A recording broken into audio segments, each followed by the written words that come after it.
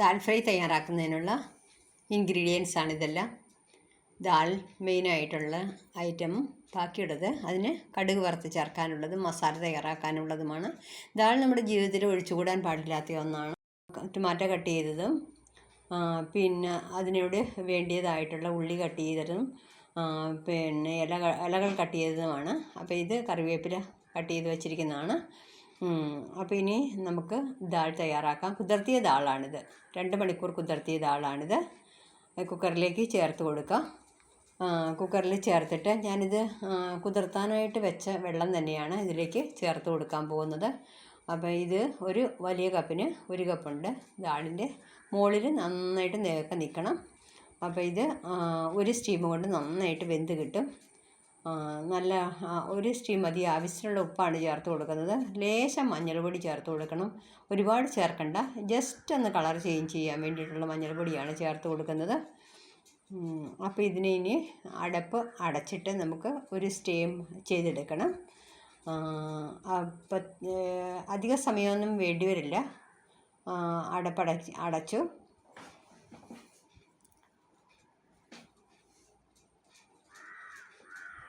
ദാളില്ലാതെ ആർക്കും തന്നെ, ദാളൊരു മെയിൻ ഭാഗം തന്നെയാണ് നമ്മുടെ ലൈഫിൽ. പല സ്ഥലങ്ങളിൽ പല രീതിയിൽ തയ്യാറാക്കുന്നു എന്ന് മാത്രം. അപ്പോൾ ഇത് നമുക്ക് ഇതിന് വേണ്ടിയിട്ടുള്ള മസാല തയ്യാറാക്കണം. ദാൾ മസാല തയ്യാറാക്കി കഴിക്കുന്നത് വളരെ ടേസ്റ്റിയാണ്. പിന്നെ ഇത് കൊച്ചു കുട്ടികൾക്ക് നമ്മൾ വെള്ളമായിട്ടൊക്കെ ദാളിൻ്റെ വെള്ളം ഊറ്റി കുഞ്ഞു കുട്ടികൾക്ക് കൊടുക്കും. പിന്നെ അത് പിന്നെ മെയിനായിട്ട് നമ്മൾ തയ്യാറാക്കുന്നത് ഗീയിലാണ്, പ്യുവർ ഗീ തന്നെയാണ്. ദാൾ തടുക്ക തയ്യാറാക്കാനായിട്ട് ഗീയിൽ തയ്യാറാക്കുന്നതാണ് ഏറ്റവും ബെസ്റ്റ്. ഓയിൽ ഇതിൽ പൊതുവേ അങ്ങനെ ഉപയോഗിക്കാറില്ല. പ്ലസ് കുറച്ച് ഓയിലും കൂടി ചേർക്കാറുണ്ടെന്ന് മാത്രം.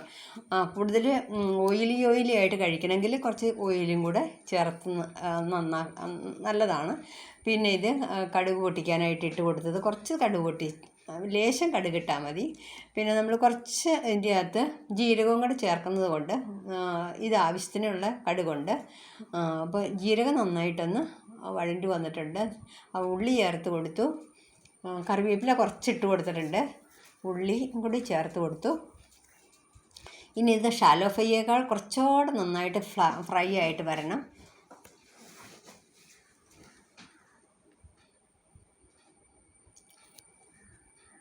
ഇത് മല്ലിപ്പൊടിയാണ്. മല്ലിപ്പൊടി ഒരു 1/2 ടീസ്പൂൺ എടുത്തിട്ടുണ്ട്. പിന്നെ മഞ്ഞൾപ്പൊടിയാണ് 1/4 ടീസ്പൂൺ ഉണ്ട്. പിന്നെ ഇതോടൊപ്പം തന്നെ നമ്മൾ ചേർക്കുന്നത് മുളക് പൊടി ചേർത്ത് കൊടുക്കുന്നുണ്ട്. നിങ്ങളുടെ ഇഷ്ടത്തിന് എരിവിനനുസരിച്ച് ചേർക്കുക. പച്ചമുളക് ചേർത്താൽ മറ്റേ ചുമലമുളകിൻ്റെ അളവ് കുറയ്ക്കണം. അപ്പോൾ അത് മസാല നമ്മൾ ഇതിനോട് ചേർത്ത് വഴറ്റിയെടുത്തിട്ടുണ്ട്.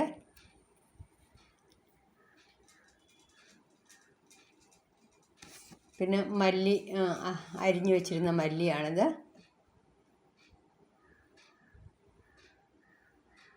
പിന്നെ ഞാൻ ഇതിൽ കുറച്ച് ഒരു 3-4 ഇതിൽ എന്താ പറയണ ഗാർലിക്കും കൂടെ ചേർത്തിട്ടുണ്ടായിരുന്നു. ദാൽ നല്ലോണം ഒരു സ്റ്റീമിൽ ആയി കിട്ടിയിട്ടുണ്ട്. ഇത് നമ്മൾ ഒരു കടായിലേക്ക് ചേർത്ത് കൊടുത്തു.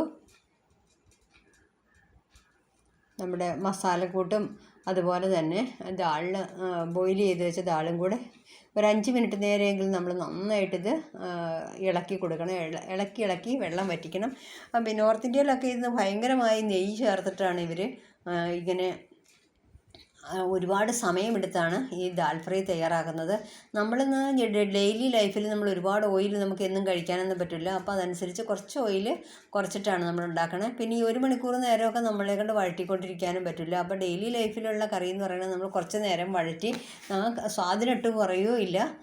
ഇതിൻ്റെ അകത്ത് ഇൻഗ്രീഡിയൻസ് എല്ലാം കൂടെ വരുമ്പോഴത്തേനും സ്വാദിന് കുറവൊന്നും വരില്ല.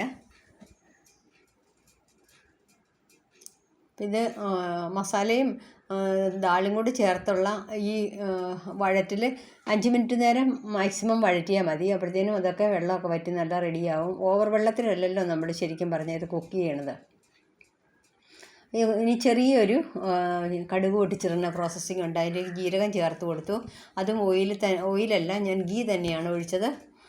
പിന്നെ ഇതിലോട്ട് നമുക്ക് മുളക് ഇട്ട് കൊടുക്കണം. അപ്പോൾ ഒരു 2 ഉണ്ടമുളകാണ് ഇട്ട് കൊടുക്കാൻ പോകുന്നത്. ഉണ്ടമുളക്, ഉണക്കമുളക്, ഉണക്കമുളക്. അപ്പോൾ ഇത് ഒന്ന് നന്നായിട്ട് മുരിഞ്ഞ് കിട്ടണം.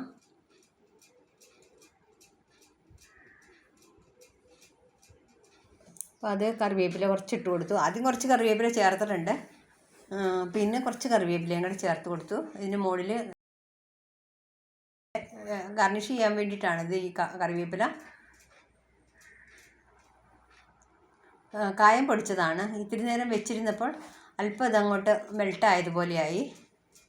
ഓയിലിൽ വറുത്തത് കൊണ്ടാണ് അങ്ങനെ.